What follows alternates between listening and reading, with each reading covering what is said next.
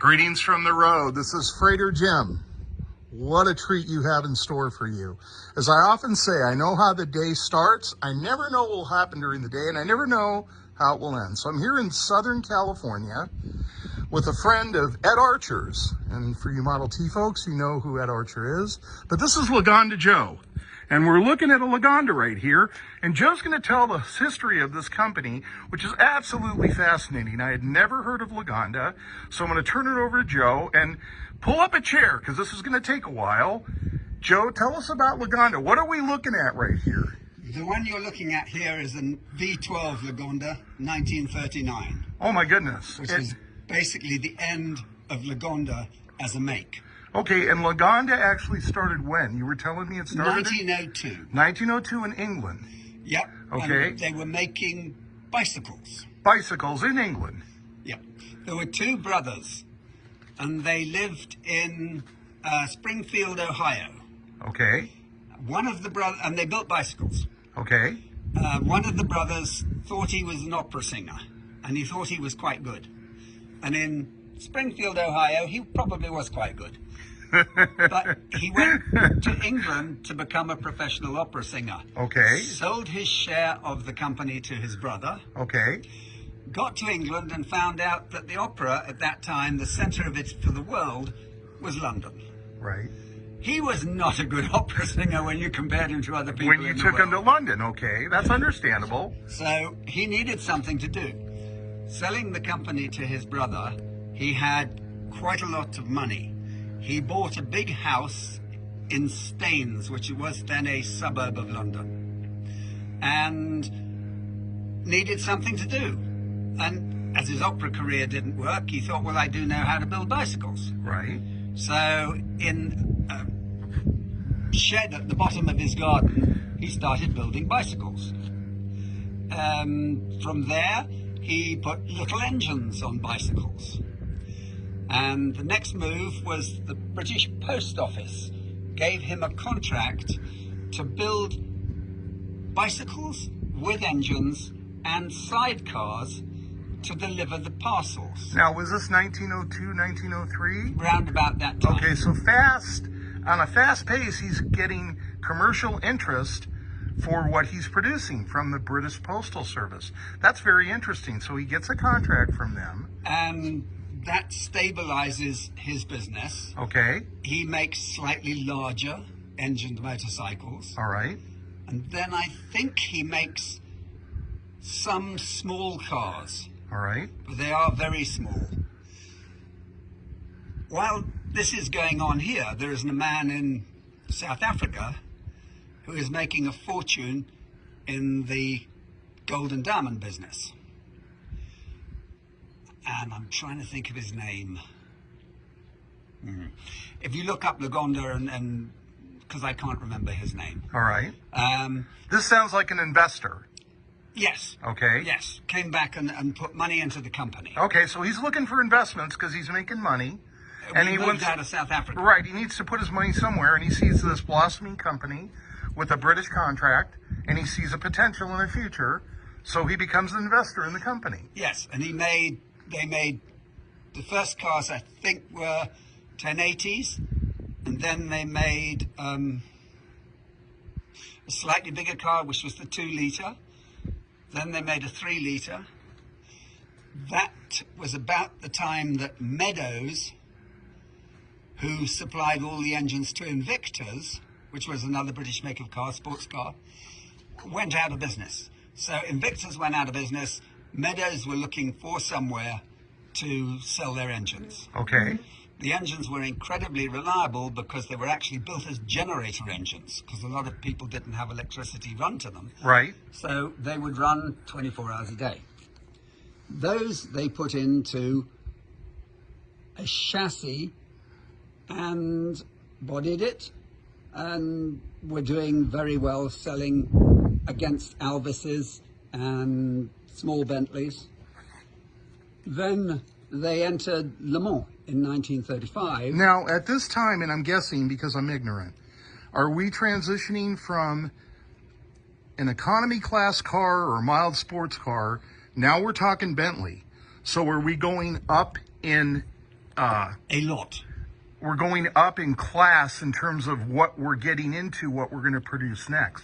We have a dependable car, if you will, similar to the Model T for the masses.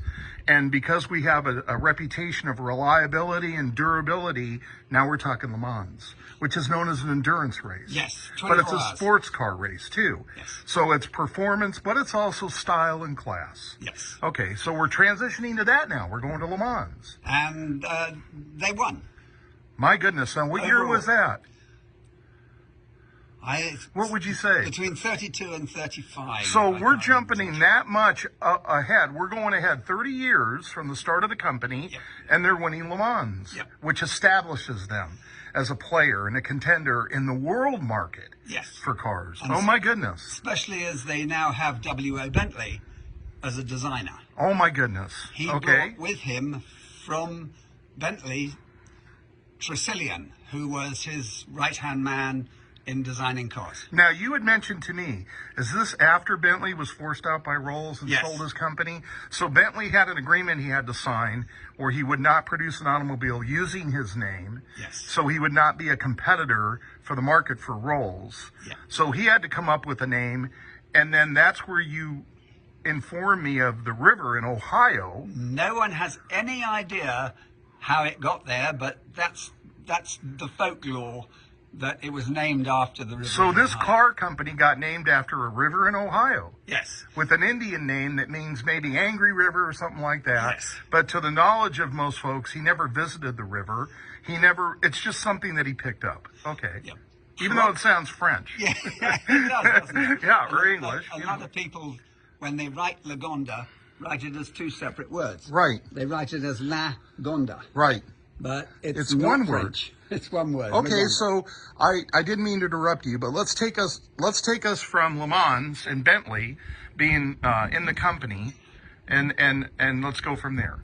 He wanted to build, after the success at Le Mans, he wanted to build a faster car because every year the cars at Le Mans gets faster and faster. Right. So he and Tresillian had been working on the forerunner of the Merlin Spitfire engine. Okay.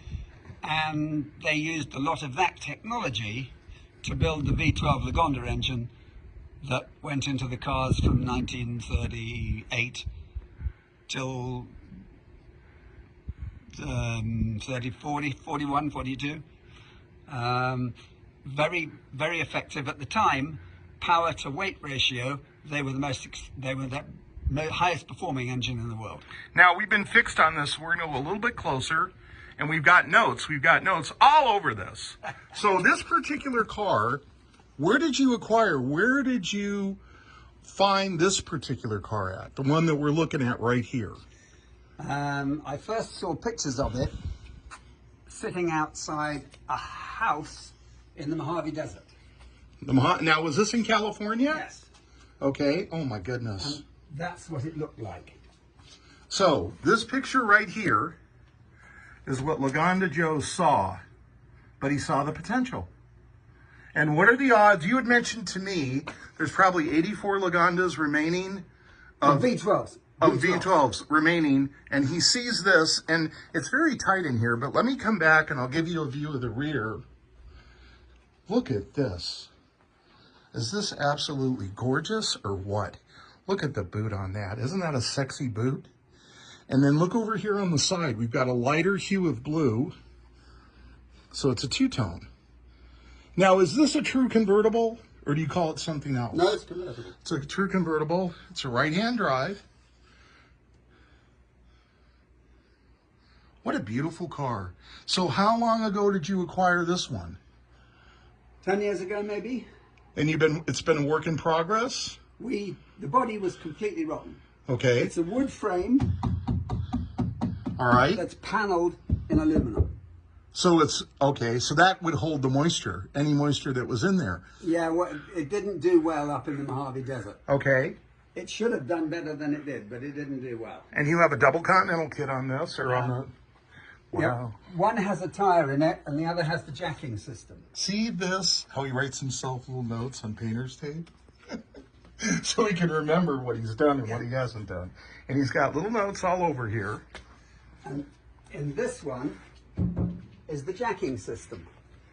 Okay. There are 4 hydraulic jacks, one on each axle under the car. Oh my goodness. You open that and you can pump up any selected jack at any side of the car if you're going to change a wheel. Now, So was you anybody else doing this at the time? I Offering think that? Alvis did. Okay. I think Alvis did, but it's Wow. highly unlikely. Wow. In your opinion, what is this style mostly to resemble? If people wanted to have a comparable view of a current car, does this kind of look like an Auburn or not? No. Okay. No, there isn't really anything that looks very similar to this. Okay, now we're going to back up a little bit here. He's got just an absolutely beautiful view. There's no thermostat on the engine. Oh my goodness. The shutters are the thermostat. So the louvers control the temperature. Who else does that? Anybody that you? Nobody. So the louvers actually, the airflow regulates the engine temperature. Right now they're shut. So is that automatic or is it? So it's an automatic louvering system. So like in the winter, those It would remain or when it's shut. closed. Oh my gosh, how brilliant is that? Oh my goodness. Wow. And Well, that's the top of the line. So over here, we're going to follow Lagonda Joe over to here. Now, what have we got here? Is this an engine for a Lagonda? this is a Cadillac. That's a what? Cadillac. Got a Cadillac engine here. 1931 Cadillac. Okay, so he's working on that. And what do we have under the tarp here? Curtis. K-U-R-T-I-S. Curtis 500S. This is a Curtis 500S. In fact, that's the easiest. My goodness. Now, is this in the class of race cars that you... Yeah. Okay, now, folks, you should know this about Lagonda Joe. How young of a man are you? I'm 77. And what is your reigning title on the West Coast? It wasn't, no, it isn't any longer. It was about 5 years ago. 5 years ago, In Vara. you were when you were 72, Yeah. you had the class title of... I had the highest score in the class that I raced in with the Vintage Automobile Racing Association. on the West Coast. Yeah. And that encompasses California, Oregon, and Washington? No, just California. Just California. Wow.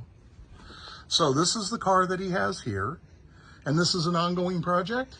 Yeah, I raced it for a long while, and then the engine's finished. The engine's died, which is why there's the engine behind us that's going to go into it. Oh, you're going to put the Cadillac engine in it. It has a Cadillac engine originally. Oh, okay. They were built with a Cadillac engine. They were built in Glendale. Glendale, California. So By you Arlen Curtis. you folks that are familiar with this automobile manufacturer, go ahead and post a comment, whether you're seeing this on YouTube or Facebook. And then we're going to walk over here. What's under the tarp? Under the car cover? 47 Cadillac. 47 Cadillac. So this is a guy with varied tastes. Now, in his trailer here, this is actually what he raced. And what are we I looking? now race it. You're next racing weekend. these now. I'm racing so at next 77, he's racing. Now, what are we looking at here, Lagonda Joe? I can open the back. No, that's okay. Okay. It's a RALT, R-A-L-T, RALT. built in England. Okay. They were Formula 3 cars and very successful as Formula 3 cars. So what is your average track speed in this? Willow Springs, Yeah. I average 112 miles an hour average. That's a fast pace on that. I'm doing 100 that's a steep bank track, isn't it? No, there's no banking. There's no There's banking only on little Willow? shot. No, Okay. no, it's flat track. Flat track racing. Wow. Flat track racing. So you got to go see him race, folks. Look at this. 77 years old. You guys out there that think you can't do stuff when you get older, Yeah. take a cue from Lagonda Joe. And it's So- it's a ground effects car. Ground effects car. They banned them in 1988 because they're an upside down airplane wing. So the faster you go, the harder you're pushed on the ground. Okay. In 1988, the guy's front wheel clipped another guy's rear wheel. The car went upside down. It happened in Germany. And he went airborne. They think he went about 30 foot up in the air. Oh my Because goodness. at the end of the straight doing about 170 when he hit him. And the FIA, who organise world racing, but not Australia or America, banned the cars. They said we cannot protect the crowd from a missile. Right. So they don't race in those countries. Even like the only place you can race them is America and Australia. Okay, now we're going to end the video here for you folks who have been patient, because this is what caught my eye. And look at this view. Absolutely beautiful. And you're in for a treat. We're going to end this on a beautiful car down here that I noticed walking up with Lagonda Joe. It's a beautiful Tuesday morning here, late morning, early afternoon. I'm in Southern California on the top of this hill, and we're going to walk down here. I'm here to pick up a Rio, and Lagonda Joe had to buy the Rio to buy an engine. So he's not keeping the Rio, it's going to Maryland. But that's the Rio in the driveway. But this is also a Lagonda, right, Joe? Yeah, 6-cylinder Lagonda, not a V12. It's an earlier car. It's 1936. A car very similar to this in 1935 was the car that won Le Mans. So this is similar in the design. Yeah, but it's a 6-cylinder engine. And that's what broke them into the competitive market. Yep. Look at this.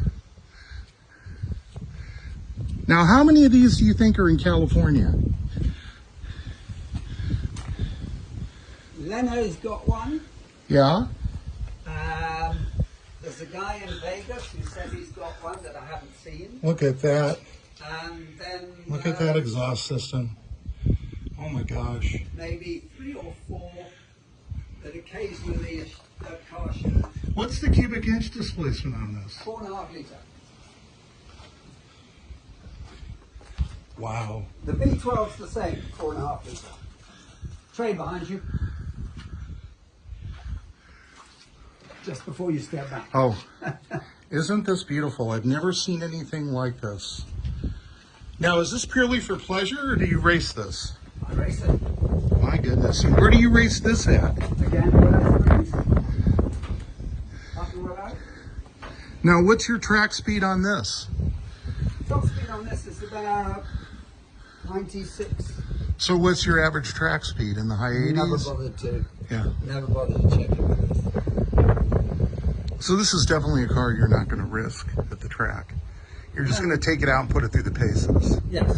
Okay. Well, folks, that's it for me. If you've ever heard of Lagonda, even if you haven't, comment if you like the video. There's a lot on the web about it. Okay, and look it up on the, I'll probably put a link to Lagonda on the wiki page. Thank you to Joe for, yeah. Quite a bit on the web too if you put in Lagonda Joe. Lagonda Joe. I'll send you a link to some of Lagonda Joe's internet articles. Thank you so much. Thanks to Lagonda Joe for being hospitable, opening up his collection to us on this Tuesday morning. Everybody remember, drive safe, arrive alive. This is Freighter Jim. I'll check back with you later. What a good way to start the week. Talk to you later. Bye.